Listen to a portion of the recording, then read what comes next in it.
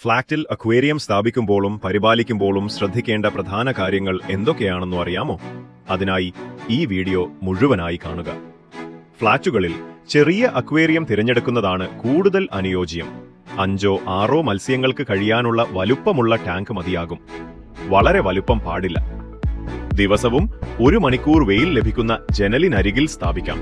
എന്നാൽ അധിക വെയിലേൽക്കുന്ന സ്ഥലങ്ങൾ ഒഴിവാക്കണം. കിടപ്പുമുറി, അടുക്കള, വീടിന്റെ മധ്യഭാഗം തുടങ്ങിയവ ഒഴിവാക്കണം. ലിവിംഗ് റൂമിലും ഡൈനിങ് റൂമിലും വെക്കാവുന്നതാണ്.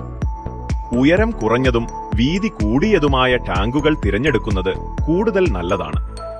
ടാങ്കിൽ വെള്ളത്തിന് ഒഴുക്ക് ഉണ്ടാകാൻ വേണ്ട എയറേഷൻ, ഫിൽട്ടർ സംവിധാനങ്ങൾ ഉറപ്പാക്കണം. ഓക്സിജനേറ്റ് ചെയ്യാൻ മറക്കരുത്.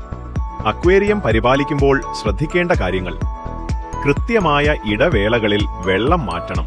സാധാരണയായി ആഴ്ചയിലൊരിക്കൽ വെള്ളം മാറ്റുന്നതാണ് നല്ലത്. ടാങ്കിലെ വെള്ളം കെട്ടിക്കിടക്കാതെ ശ്രദ്ധിക്കണം. ഇത് സാമ്പത്തിക പുരോഗതിയെ ബാധിക്കുമെന്നാണ് വിശ്വാസം.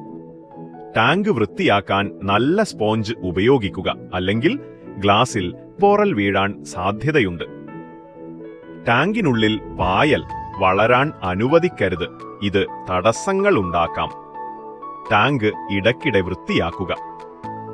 മത്സ്യങ്ങൾക്ക് ഒരു നേരം മാത്രം ആഹാരം കൊടുക്കുന്നതാണ് നല്ലത്. ഓവർ ഫീഡിംഗ് ഒഴിവാക്കുക. ഇത് അവരുടെ ആരോഗ്യത്തെയും വെള്ളത്തിന്റെ ഗുണനിലവാരത്തെയും ദോഷകരമായി ബാധിക്കും.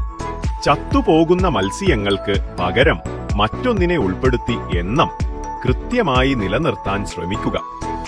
കൃത്യമായ പരിപാലനമില്ലെങ്കിൽ അക്വേറിയത്തിലെ വെള്ളം ദുർഗന്ധമുണ്ടാക്കാനും മീനുകൾ ചത്തുപോകാനും സാധ്യതയുണ്ട്.